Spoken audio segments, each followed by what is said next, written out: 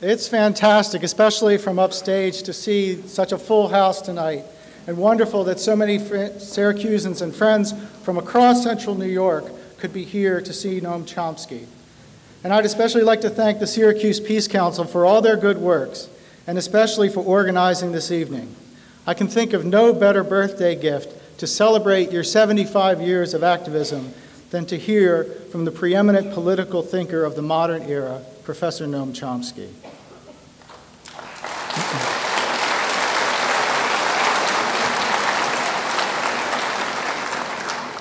And I'd also like to thank the Peace Council for asking me to introduce Noam. It is an honor I've not had since I was a student at MIT back in the 90s. For the few of us MIT students who were activists, we had an amazing array of activist professors there to teach us. Certainly, Noam was chief among them, but there was also professors like Mel King in urban studies, and Martin Diskin in the studies of Central America, and Louis Kampf in literature, Ruth Perry in women's studies, Vera Kistiakowsky in my own field of physics. And I don't mean just in the classroom, though that opportunity was foremost. Noam and Louis Kampf would teach us an evening class so that those of us who happened to be graduate students and people who were employees and even members of the community could come to that class in the evening and audit, sometimes repeatedly audit, that class that was meant for students so that we would have the chance to hear and learn from them on a regular basis. And we had other opportunities as students. We student activists organized a radical newspaper, which we called The Thistle. And at any opportunity when there was an explosive new development on the world stage, we knew that we could always just send an email or give a call, and we could count on Noam for an article about anything from the Gulf War to the invasions in Central America to apartheid. He was always there for us as students.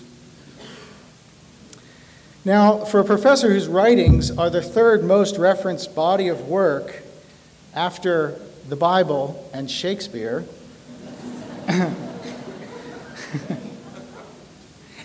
and for an activist who has a speaking schedule so full that he has to plan opportunities like this over a year in advance, Noam was always there for us as students. After Noam's political analysis class was canceled, two of my friends just decided to get up their nerve and go and ask him for an independent study, and his response was, fine, every Wednesday. And I think one's now a professor at MIT and the other is now a professor at Harvard.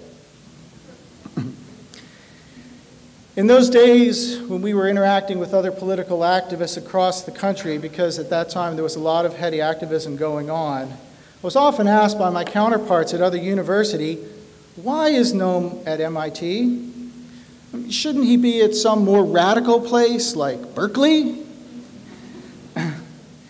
Clearly, these people did not recognize that Noam is, I don't know, first and foremost, but foremost, a linguist and the father of modern linguistics. He is foremost a scientist, which at MIT originally meant that he was within the Department of Electrical Engineering and Computer Science, though they have their own department now.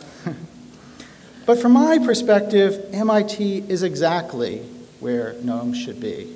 I have to admit my own bias. I'm a scientist. I'm a physicist. And in my opinion, what distinguishes Noam's method of political analysis is that he uses scientific principles and the scientific method to understand politics and power dynamics. And that's why he was such a perfect teacher for those of us who happen to be at MIT. As a scientist, Noam analyzes without any Aristotelian preconceptions about what the actors on the world stage might be saying or whether they are abiding by the principles that they profess. Instead, he has taught us to analyze the data, to look at the history of events, to analyze the power dynamics. So when the U.S. administration used to talk about human rights, it was Noam that did the analysis that saw the correlation between human rights violations as reported by independent organizations and U.S. aid. that we were funding those people who were committing the greatest atrocities. We were befriending the dictators of the world. And that was no more articulately put than in his book, Turning the Tide, which for the first chapter just lists the atrocities that were committed in the war on Central America with our funding of $500 million a year to places like El Salvador. And when the news media touts balanced reporting, or people talk about how we have a free press in the United States, it was Noam Chomsky and Ed Herman who, in their book, Manufacturing Consent, tallied up the column inches and looked at who actually was getting the greatest voice within our supposedly fair and balanced reporting. And also within that same book, how the news media, in all of its forms, is slowly being consolidated into fewer and fewer hands, and how that financial analysis is going to automatically mean that the voices that represent us are going to be the voices of the few and the voices of the wealthy. And when pundits talk about the terrorist threat, it is Noam who's quick to tally up who around the world has done the most killing, in whatever form that happens, be it army or armed group. As my physics doctoral advisor used to say, the data is the truth. And Noam has taught us to look at the data and to apply a logical, self-consistent, and predictive analysis. And that theory of power dynamics, regardless of whether it agrees with your assumptions, is the best representation of the truth. Noam has given us a powerful gift, the power of analysis, the power to analyze the world dynamics, frankly and honestly. Sometimes we'll like what we see, and sometimes we don't. But we can't work to change the world until we understand it. Ladies and gentlemen, it is my great pleasure to introduce Professor Noam Chomsky.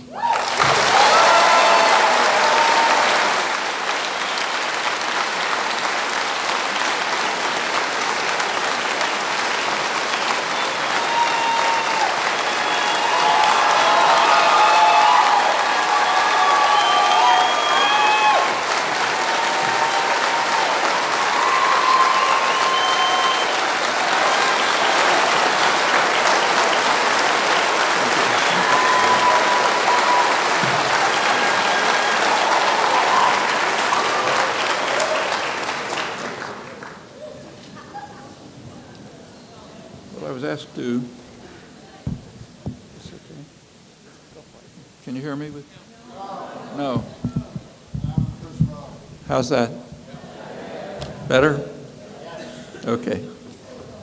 I was asked to talk about what drives U.S. foreign policy. Sorry. Oh.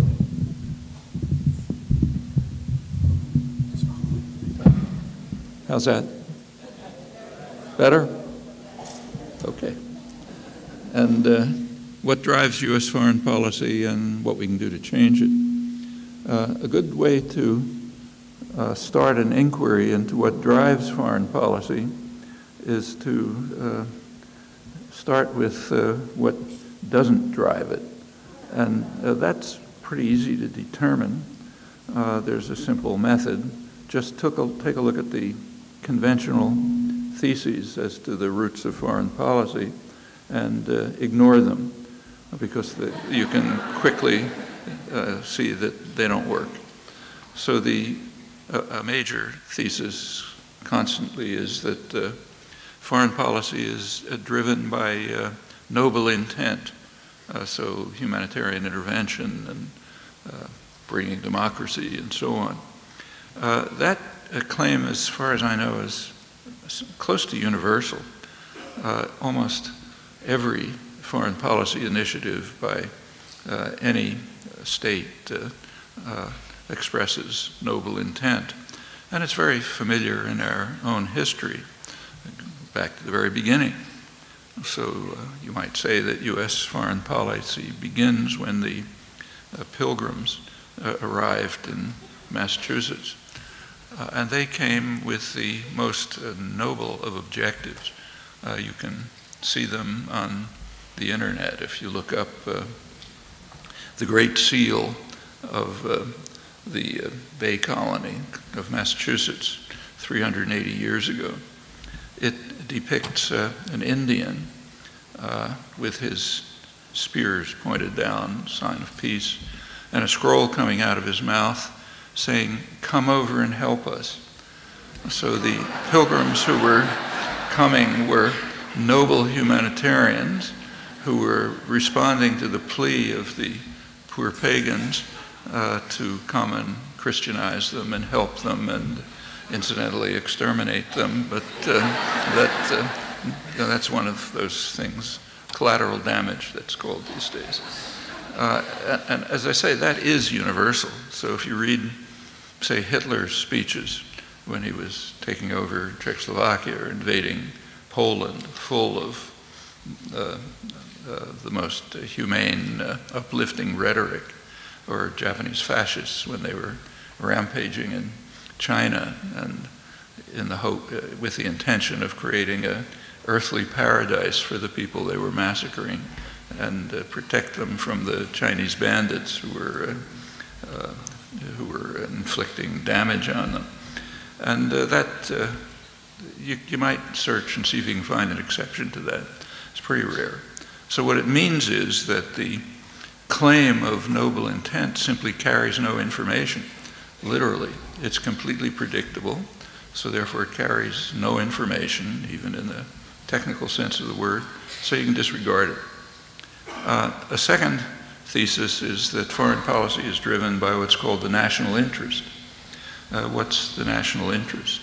So, for example, take the CEO of General Electric and the janitor who cleans the floor of his office. Do they have the same interests? Well, not exactly. There are some respects in which there are some shared interests. For example, the interest in security. And it's very commonly argued that security, the search for security, is what drives policy. Well, that's pretty easily testable. So take, for example, the invasion of Iraq. Now, that was undertaken with the expectation that it would increase the threat of terror. In fact, it did by about a factor of 7 the first year. Is that undertaken to preserve security? Hardly. There was recently an inquiry in Britain, the Chilcot inquiry, looking into the roots of the war, the planning for the war, and the head of their MI5, essentially the FBI, testified that both British intelligence and the U.S. intelligence knew quite well that there was no threat from Iraq, but that invading it would create a threat, which indeed it did. Others react pretty much the same way. Now, there's one exception to this. Foreign policy and domestic policy are driven by a search for security in a very special sense. Security for those groups in the society that Adam Smith called the masters of mankind, those who basically own the society and, as he described, are the principal architects of policy and design it so that their own interests will be well served, no matter how grievous the impact on the domestic population. That's a thesis that holds up pretty well, has modern, more sophisticated versions, but it's simple and essentially true. So take, for example, the 2008 election. Obama won the election because he was able to outspend McCain, his rival, and the main reason he was able to do it was because there was a flow of funding from the financial institutions, kind of like core of the economy these days. And they preferred him to McCain, so they poured money into his campaign, and he was able to swing the election. Well, they expect to be paid off. You don't give money for nothing if you're among the masters of mankind. And they were. The country was in a deep recession when Obama came in. The first task was to create a commission economic commission to try to find the way out of the recession. If you take a look at who was on it, he was very careful to exclude all critics of the policies that led to the recession, including Nobel laureates, and picked the people who designed the policies that created the recession, almost without exception. And there was a result. I'll read you the version of the result that was just produced by the special inspector for government special inspector for the bailout program, Neil Borofsky. He points out that there was a legislative act that authorized the bailout, and it was a bargain. The bargain was that the financial institutions that created the crisis would be saved by the taxpayer, and the victims of their misdeeds would be somewhat compensated by measures to protect home values and preserve home ownership. The core of the recession was an $8 trillion housing bubble that collapsed, leaving people with no homes and no capital. Well, he goes on to say that only the first part of the bargain was kept. The financial institutions were rewarded lavishly for causing the crisis and forgiven for outright crimes, but as he puts it, the rest of the program floundered. Foreclosures continued to mount, with 8 million to 13 million filings forecast over the program's lifetime, while the biggest banks are 20% larger than they were before the crisis and control a larger part of our economy than ever. They reasonably assume that the government, meaning the taxpayer, will rescue them again if necessary. Indeed, credit rating agencies incorporate future government bailouts into their assessments of the largest banks, exaggerating market distortions that provide them with an unfair advantage over smaller institutions which continue to struggle, and of course encouraging them to undertake risky transactions with a big profit, because when it collapses, as it will, the taxpayer will come and bail them out. So in short, Borofsky concludes, Obama's programs were a giveaway to Wall Street executives and a blow in the solar plexus to their defenseless victims, all in accord with Adam Smith's maxim from the 1770s. And it's pretty much the same on foreign policy. So let's pick a few critical moments for formation of foreign policy. The global system changed radically during World War II.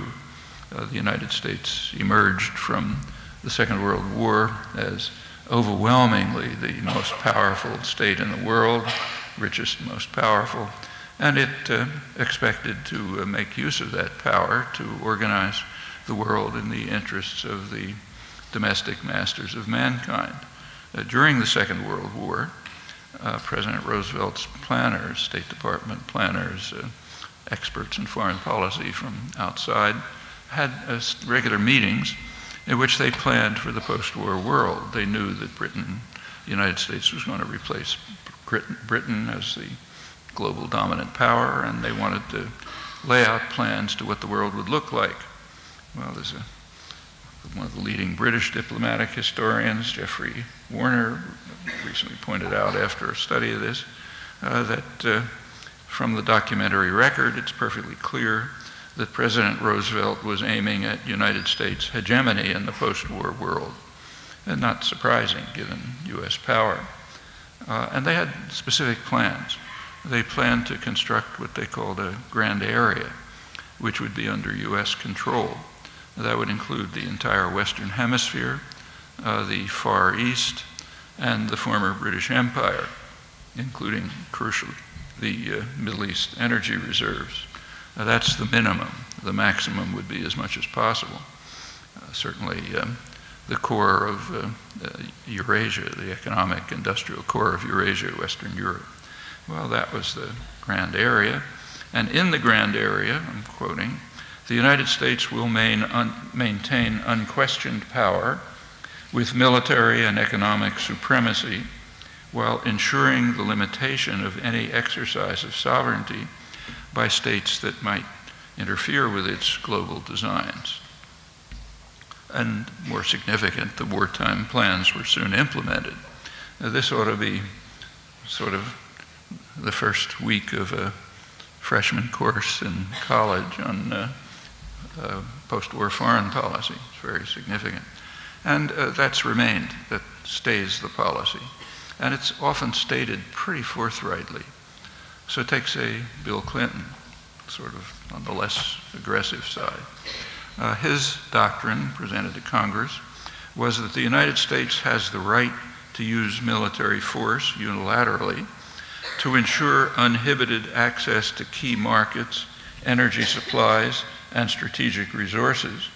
And the U.S. must maintain military forces forward deployed in Europe and Asia in order to shape people's opinions about us, not by persuasion, and to shape events that will affect our livelihood and our security in that special sense of security. Well, that doctrine licenses military intervention at will, and it actually goes well beyond the much reviled George W. Bush doctrine, which at least required pretexts for intervention. For Clinton, you didn't need any pretexts, just controlling the grand area. But Clinton's doctrine was presented politely, and so it received no censure, unlike the brazen and arrogant pronouncements of his successor. It's style that matters, not content. The content remains pretty much the same. Well, take the invasion of Iraq, which is quite interesting if you look at it closely. Throughout the course of the invasion, it became clearer that the U.S. was going to fail. It was not going to achieve its objectives.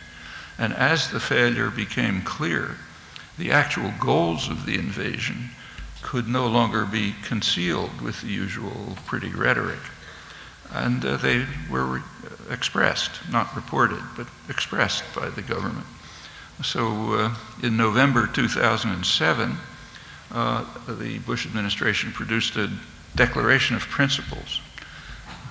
Here's the way it's got to work. United States forces must remain indefinitely in Iraq, and Iraq must privilege American investors.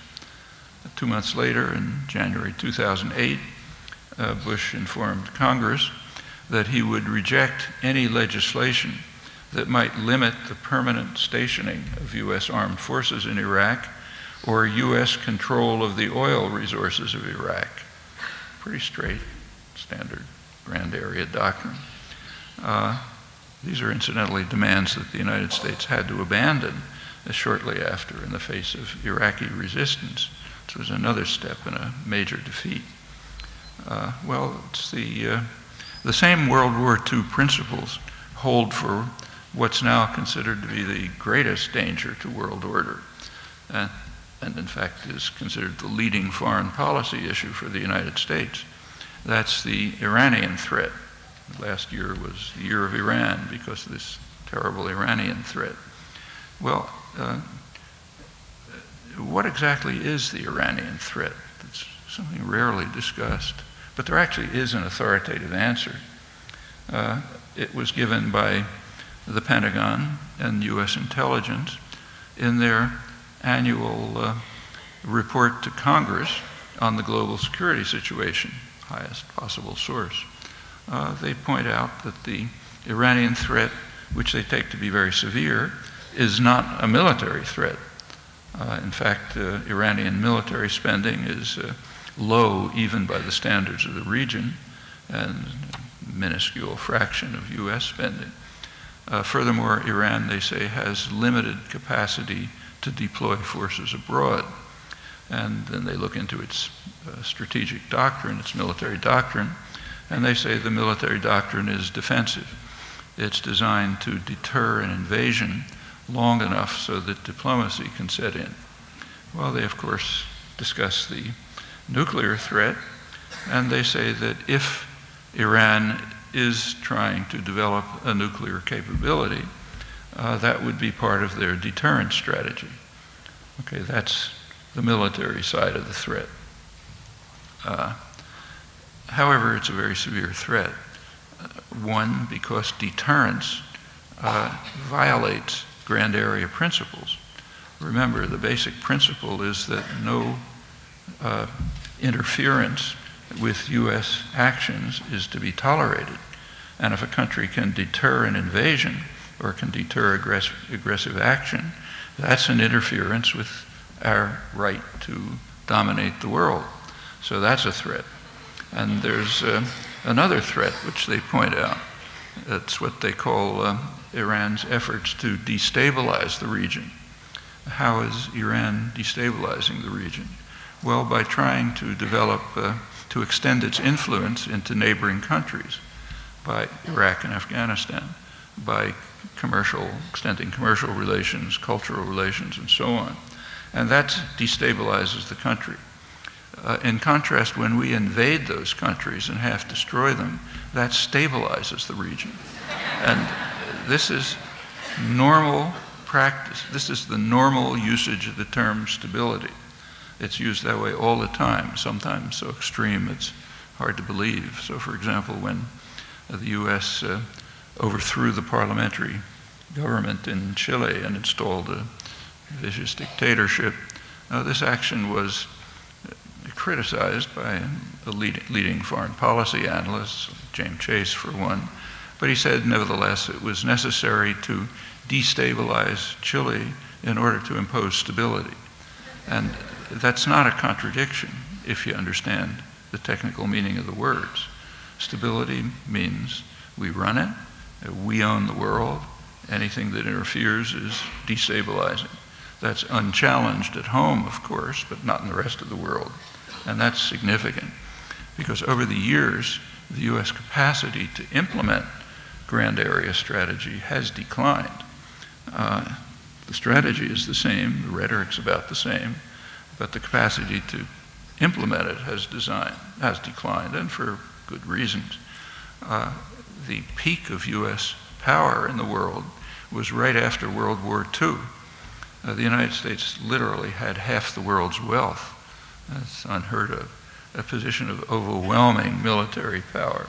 Its industrial competitors were either destroyed or severely weakened. And at that point, the ability to implement policy was simply overwhelming.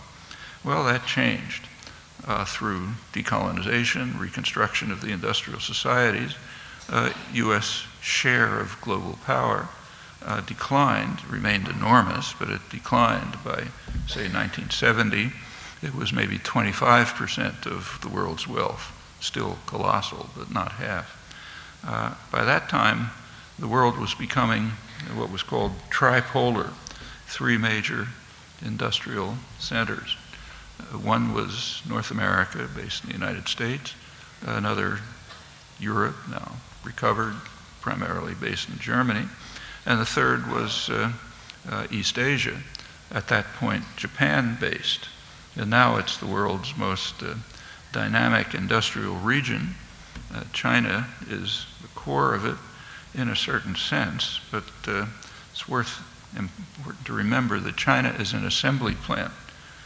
The more advanced technology, fancy software and parts and components, they mostly come from the industrial societies on the periphery of China, Taiwan, South Korea, and Japan, and also from the United States. And they're sent to China to assemble. If you take a look at, say, the trade, a lot of talk about the trade deficit with China. However, if you calculate that trade deficit correctly in terms of what's called the value added in China to what you purchase, say if you purchase an iPod, how much of the value is actually added in China. Turns out that the trade deficit with China is overestimated by about 25%, and it's underestimated with Japan, South Korea, and Taiwan by roughly the same. So yes, it's a growing, important country, but it's really the industrial region that's growing. Well, let's take a look at Latin America. In grand area strategy, it was just taken for granted that we control Latin America, period. It's our backyard. Henry Stimson, Secretary of War under Roosevelt, described it as our little region over here, which has never bothered anybody. That's as he was working to ensure that other regional alliances all over the world would be dismantled, while our own would be strengthened. Go on to say the early 70s, Richard Nixon.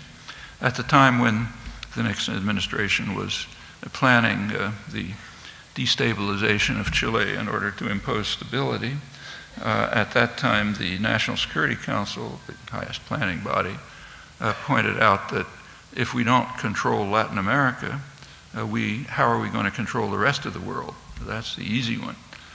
So we better make sure we control Latin America.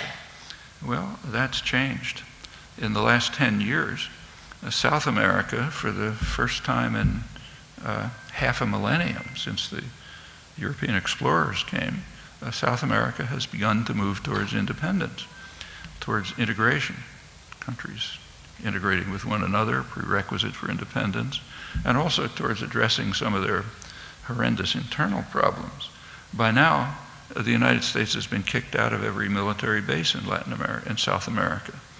That's quite a change.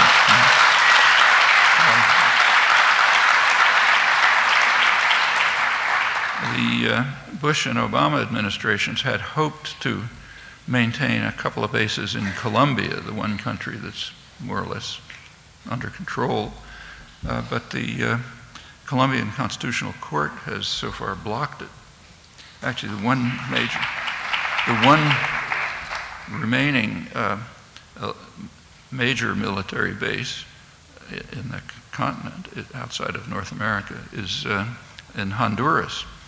And very likely that's a large part of the reason why Obama broke with Latin America, and in fact with most of the world, by supporting the military coup in Honduras, leaving a highly repressive and brutal regime, but with the military base intact.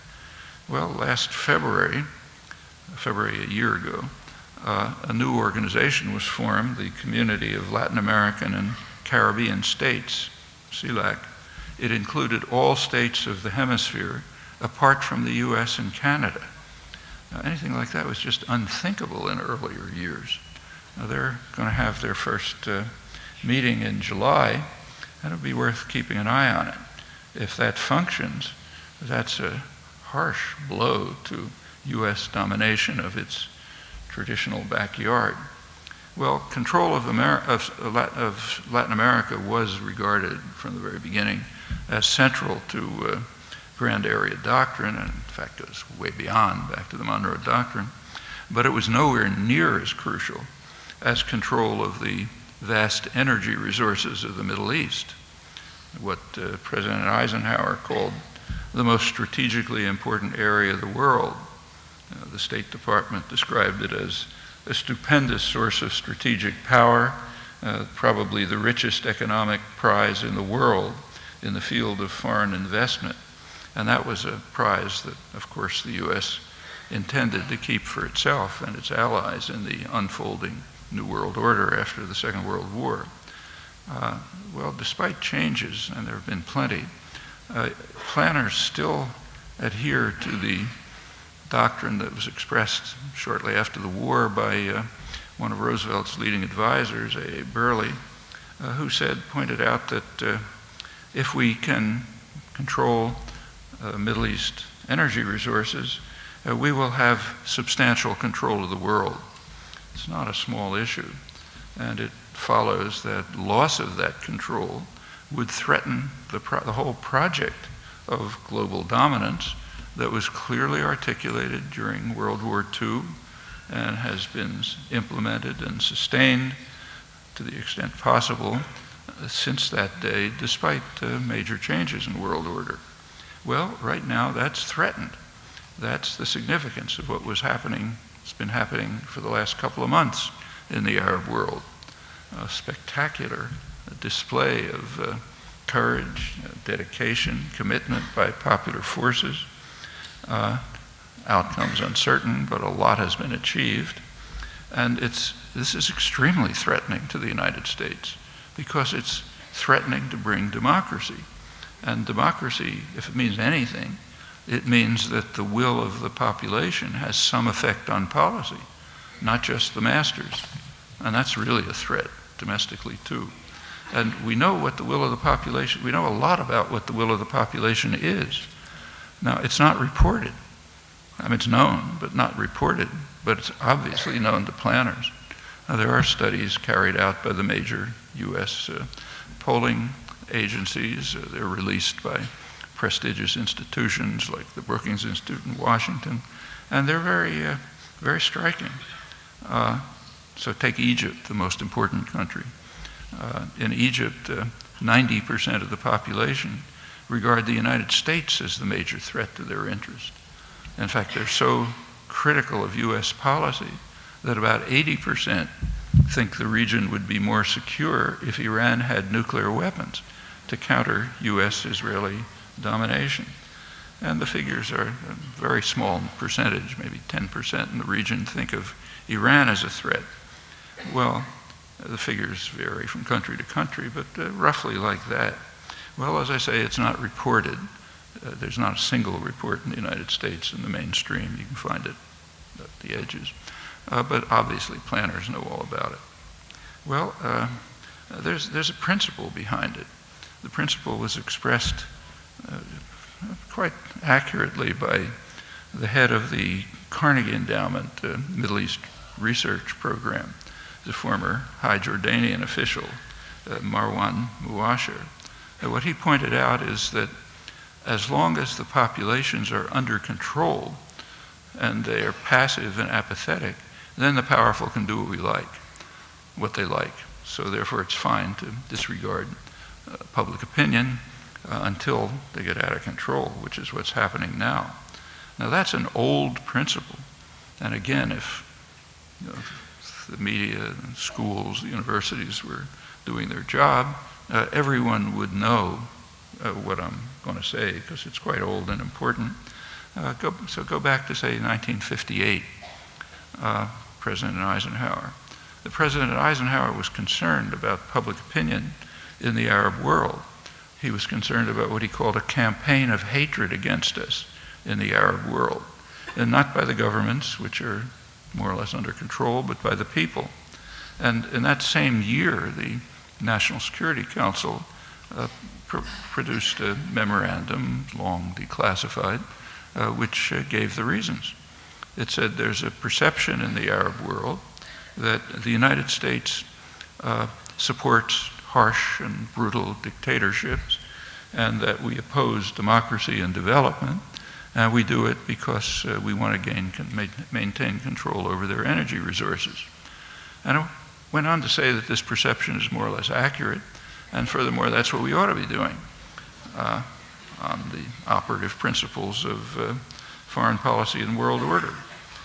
So as long as the Muasher doctrine holds, populations are controlled, we don't care if there's a campaign of hatred. We'll go on and control their resources and support democracies and dictatorships and block democracy and development. Well, let's move on to George Bush #2. After 9/11, as you'll recall, he gave a kind of a plaintive speech in which he asked, why do they hate us? And he concluded that they hate our freedom. Right after that, the Pentagon initiated a research study, Defense Science Board, which responded to him. He said, no, they don't hate our freedom, they hate our policies. And it was essentially a repetition of what the National Security Council had said in 1958. They didn't add what we should conclude. It's not that they hate our freedom, it's that we hate their freedom. And there's a good reason, because if they're free, they're going to follow the policies, the will of the population, and that means the U.S. is just going to be driven out of the region. That's obvious from the campaign of hatred in '58 and everything since, and the contemporary polls. We saw a pretty dramatic demonstration of how educated elite opinion interprets that right now. Kind of striking that there wasn't any commentary on it. You've all followed WikiLeaks, I'm sure. The most of the WikiLeaks exposures The one that received most attention in the headlines, with enthusiastic commentary and so on, was that the Arabs support U.S. policy on Iran, Iran being the main threat to the world. Well, that's true of the Arab dictators, which is all they cared about, but it's dramatically false for the population. The population, on the contrary, strongly opposes U.S. policy and even calls for Iran to have nuclear weapons. However, as long as the Muasher doctrine holds, you keep the population under control, who cares? All educated opinion cares about is the dictators. And as long as they're supporting us, we don't care about the population. It was very clearly illustrated. But it is a problem, and you can see it right in front of your eyes, day after day. Egypt is still under military rule. There hasn't been a real large-scale social and political change, but there have been changes. And the new Egyptian government is more responsive to the popular will, and things are happening that are considered extremely threatening in the United States. There's good reasons why we oppose democracy. So, for example, a couple of weeks ago, the Egyptians permitted Iranian ships to go through the Suez Canal for the first time in 30 years, breaking the U.S. policy of isolation. Just a couple of weeks ago, a couple of days ago, in fact, Egypt organized a unification agreement between the two major Palestinian factions, Hamas in Gaza and Fatah in the West Bank.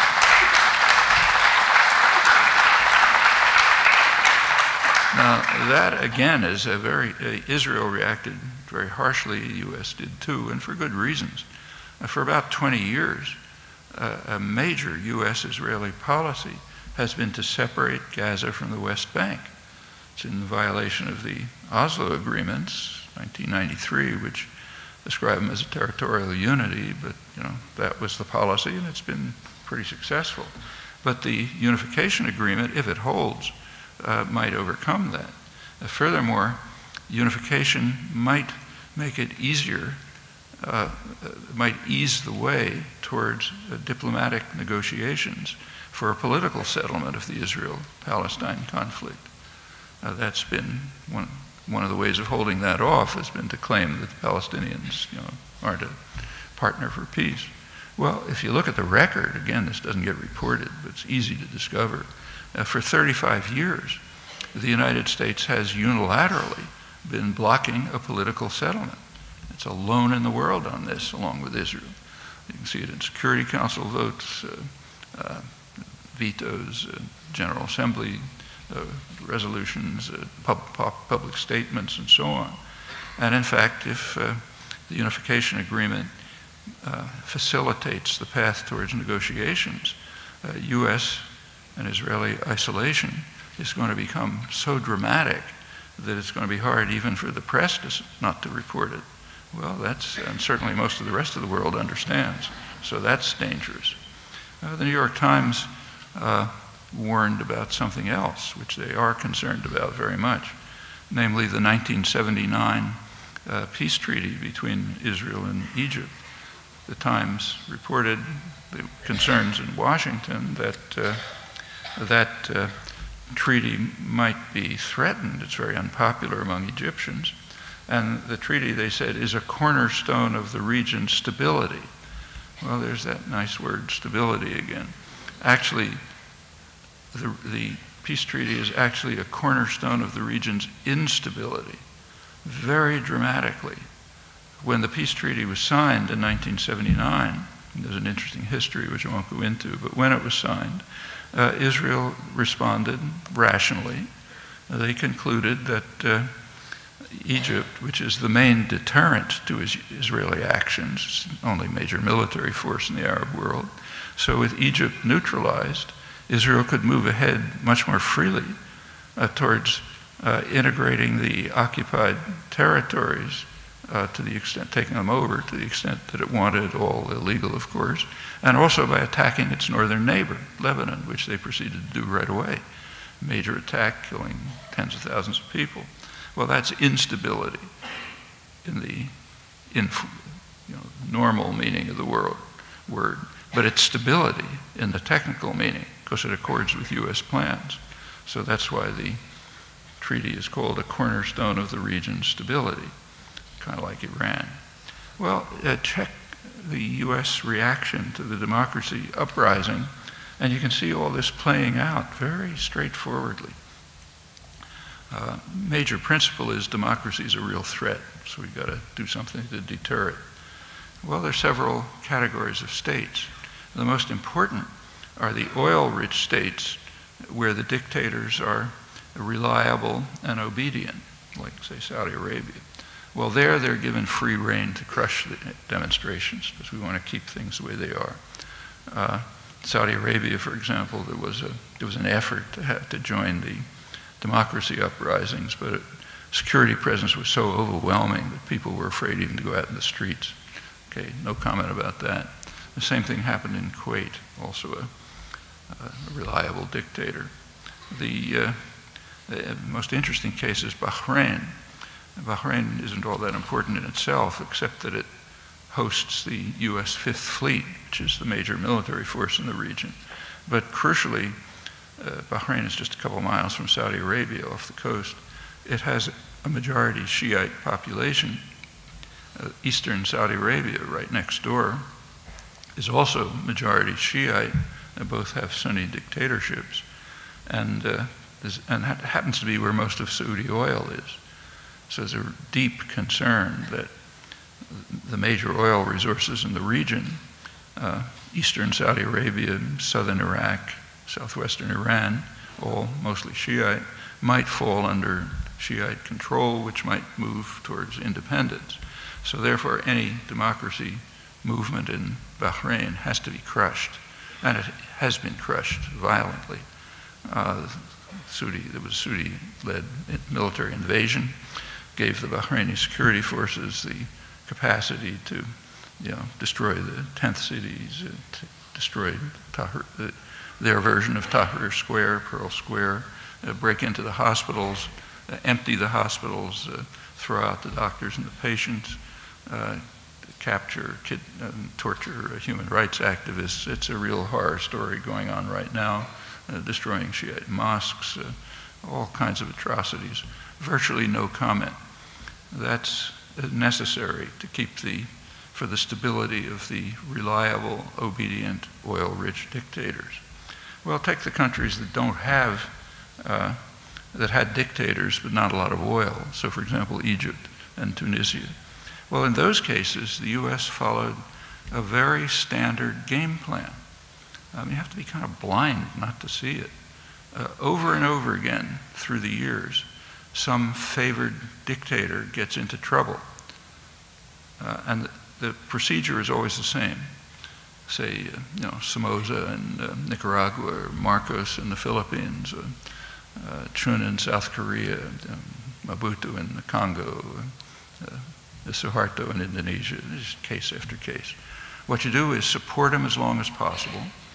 And if it becomes impossible to support him, like, for example, if the army turns against him, then shelve him, send him away somewhere, and try to restore the old regime as much as possible, maybe with new names.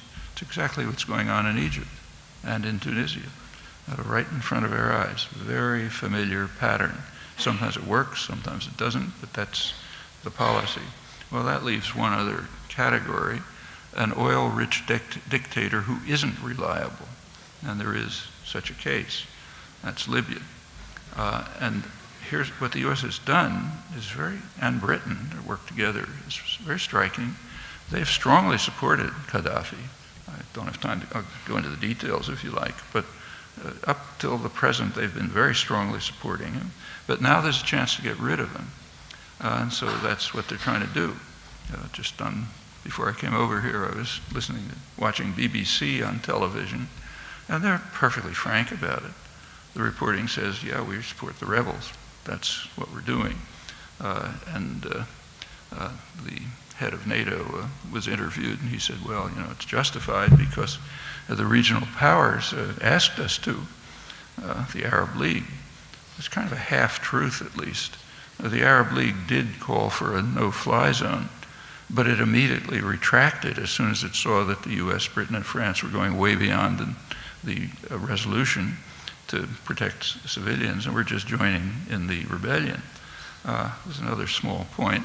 At the same time that the Arab League called for a no-fly zone over Libya, it also called for a no-fly zone over Gaza to prevent further US-Israeli attacks on Gaza, which has devastated the place.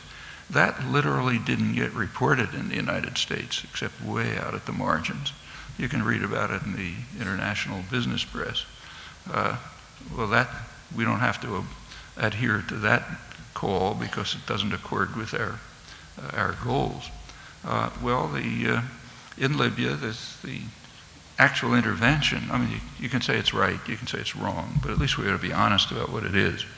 It's direct intervention on the side of the rebels, as not protecting civilians, just try to see if our side can win. The intervention is carried out by France, Britain, and the United States. Note that those are the three traditional imperial powers. They're doing it in virtual isolation. There's token participation by NATO, very little. In the Arab world, where there's huge military forces, I mean, Egypt, Saudi Arabia, nothing. They don't want to be involved. A couple of reconnaissance planes from Qatar. It's an African country. The African Union's calling for diplomacy. They don't want to be involved. They don't want the intervention. The major regional power, Turkey, also a huge military force, and in NATO, they're not trying to impose any no-fly zone. They don't want to have anything to do with it. The so-called BRICS countries, Brazil, Russia, India, China, South Africa, the main emerging countries, it's most of the world. They just completed a conference in China, and they came out with a declaration opposing any military force in Libya and calling for negotiations and diplomacy. Well, again, you can have whatever opinion you like, but the facts are quite clear. The imperial triumvirate is isolated. They are acting alone. It's another sign of the decline in the capacity to rule the world. It's just getting more free and open. And the same is true in the case of Iran. The United States is extremely isolated on that. The non-aligned countries, that's most of the world, they've been supporting Iran's right to enrich uranium vigorously from the beginning. Well, we don't care about them. The region, I've already mentioned, in the region, public opinion overwhelmingly supports not only Iran's right to develop nuclear energy, but even to have nuclear weapons. Well, the Muasher doctrine tells us we can ignore the regional population. The same is true of Turkey, major power, which has nothing to do with the isolation. In fact, they're increasing commercial relations with Iran. Same is true of Brazil, the most respected country in the south. Well, the United States can tolerate Turkish and Brazilian disobedience, though with some dismay, but there's another country that's harder to ignore. That's China. The press warns that China's investors and traders are now filling a vacuum in Iran as businesses from other countries, mainly Europe, pull out in response to US demands. And in particular, China's expanding its dominant role in Iran's energy industries. And Washington not only doesn't like it, but it's reacting with a touch of real desperation. So the State Department recently warned China that if it wants to be accepted in the international community, meaning by the US, then it must, I'm quoting, it must not skirt and evade international responsibilities, which are clear. What are the international responsibilities? Well, to follow US orders. China does observe UN sanctions because they're mostly toothless, and they're criticized here for that, but they're not following unilateral US sanctions. and therefore they're not meeting their international responsibilities. This just elicits laughter in the Chinese Foreign Office. The real threat of China is they just can't be intimidated. I mean, their picture is, look, we've been around for 3,000 years, the major civilization in the world. We have been fending off the barbarians. We don't care about them now. And that's frightening. I mean,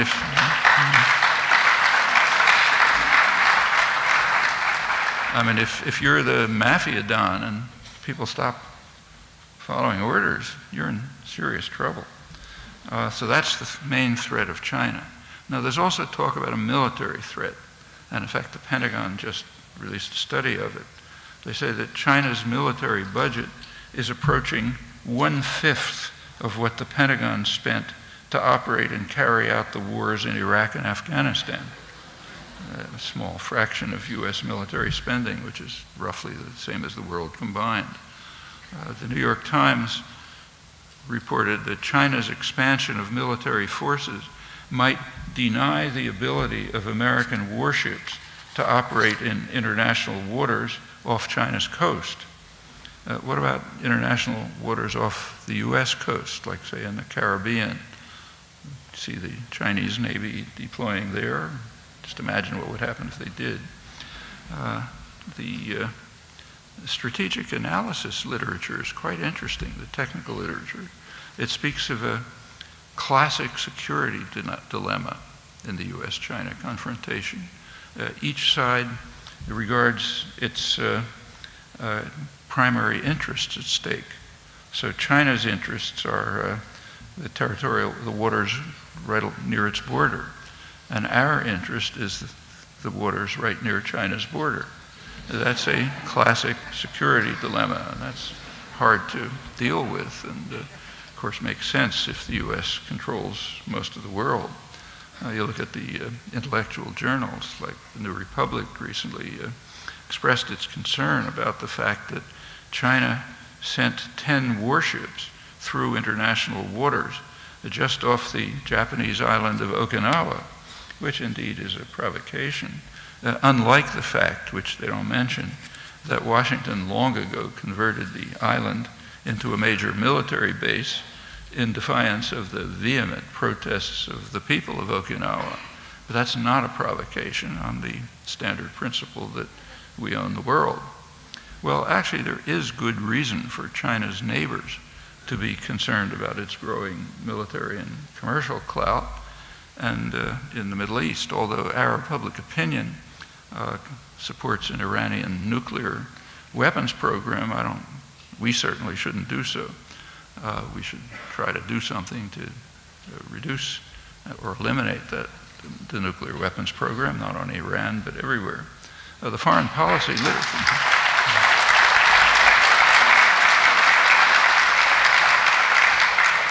Well, how